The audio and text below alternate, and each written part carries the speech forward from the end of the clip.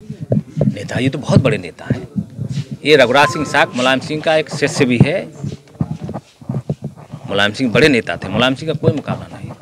उन्होंने पता नहीं आज समाजवादी पार्टी को मजबूत किया, नेताजी किस तरह किया था, माननीय शिवपाल सिंह ने किस तरह मजबूत करनी है आप सब जानते हैं, बुलंदियों में पहुँचाने का काम किया था।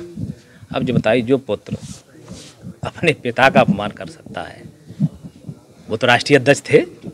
अब विरासत की बात कर रहे हैं तो विरासत तो अखिलेश जी को मिलनी थी, फिर क्यों बीच में हटा दिया?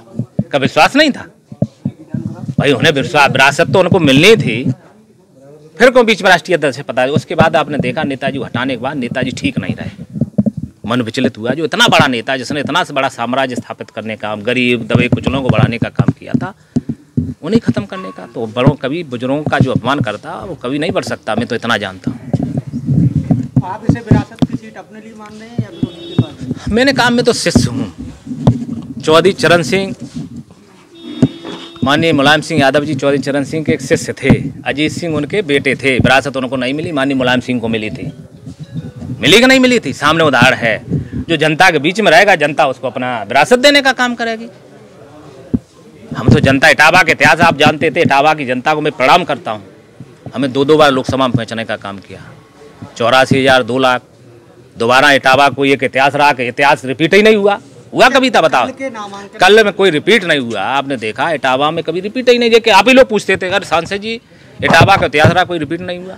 इटावा की जनता ने मुझे 2 लाख से जिता के भेज दिया दिल्ली, नहीं पहुंचाया, फिर उस कोई रिपीट नहीं हुआ। तो मैंने कहा नहीं, वो इतिहास मैनपुरी में बदलने जा रहा है। मैनपुरी की जनता, रघुराज सिंह नहीं बदलने जा रहा है, मैनपुरी की जनता बदलेगी। एक सेवक को अपने बीच में जिताने का काम करेगी, या जिनके दरवाजे 2 घंटे 3 घंटे खड़े रहो। ये चुनाव इस बात का नहीं बनता। हमेशा यही चाहती कि जनप्रतिनिधि हमारे बीच में रहे। अब ये महाराजा राज अब खत्म हो गया। अब जनता के बीच में जो रहेगा वो चुनाव जीतने का काम करेगा। जसवंत नगर विधानसभा 3,90,000 के करीब वोटर है। शिवपाल सिंह की अच्छी पकड़ है, वहाँ पे मौन बने हुए हैं। क्या लगता है उनकी मौन किस तरफ संदेश आ रहा है? देखिए, वो बड़े नेता हैं। अब ये क्वेश्चन तो उनसे पूछना चाहिए। उनका जितना अपमान हो सकता मैं समझता हूँ। इतने बड़े नेता अगर वही चाहते तो उनका अपमान करते। नेताजी के बाद उनका अपमान करने का काम किया। हम तो उनके शिष्य बताए नहीं। कौन गुरु नहीं चाहता कि अपना शिष्य आगे बढ़े? सारे कोई चाहता। अच्छा, उनका आशीर्वाद आपको प्राप्त है क्या इस चुनाव में? कोई बातचीत हुई? मैंने कहा नहीं। हम तो सेपई के प्रत्येक परिवार से, नेताजी परिवार से आशीर्वाद ले रहा हूँ। उनसे आशीर्वाद लूँगा, मुझे क्या परेशानी?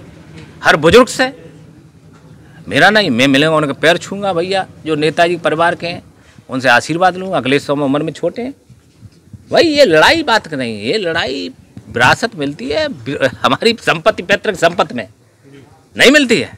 ये तो राजनीति है। राजनीति में जो जनता के बीच में रहेगा उसकी सेवा करने का काम करेगा। हमें अगर उस लायक जनता समझेगी। जसवंत नगर के तो मैं रहा हूँ। जसवंत नगर मैनपुरी लोकसभा का मैं वोटर हूँ। जसवंत नगर हमारा जो गांव है दौलपुर खेड़ा, जसवंत नगर लोकसभा में, मैनपुरी लोकसभा में है। जसवंत नगर विधानसभा में आज भी वोटर मैनपुरी लोकसभा का हूँ। और जसवंत नगर की जनता ने मुझे भी 1,51,000 से जिताने का काम किया था। नहीं किया? बताओ। सेकंड टाइम 84,000, 64,000 से 1,51,000 तक वही लोग उनके बीच में हमेशा रहे, अब सब दुख में रहे, तो वो फिर जिताने का काम करेंगे। मुझे नहीं, मैनपुरी का एक वोटर हर जात के, हर चाहे हिंदू हो चाहे मुस्लिम हो, मैं समझता हूँ। मैं कभी जात की राजनीति की नहीं। मेरे दरवाजे आए उसकी हमेशा मदद करने का काम। मेरे जात पर विश्वास नहीं करता।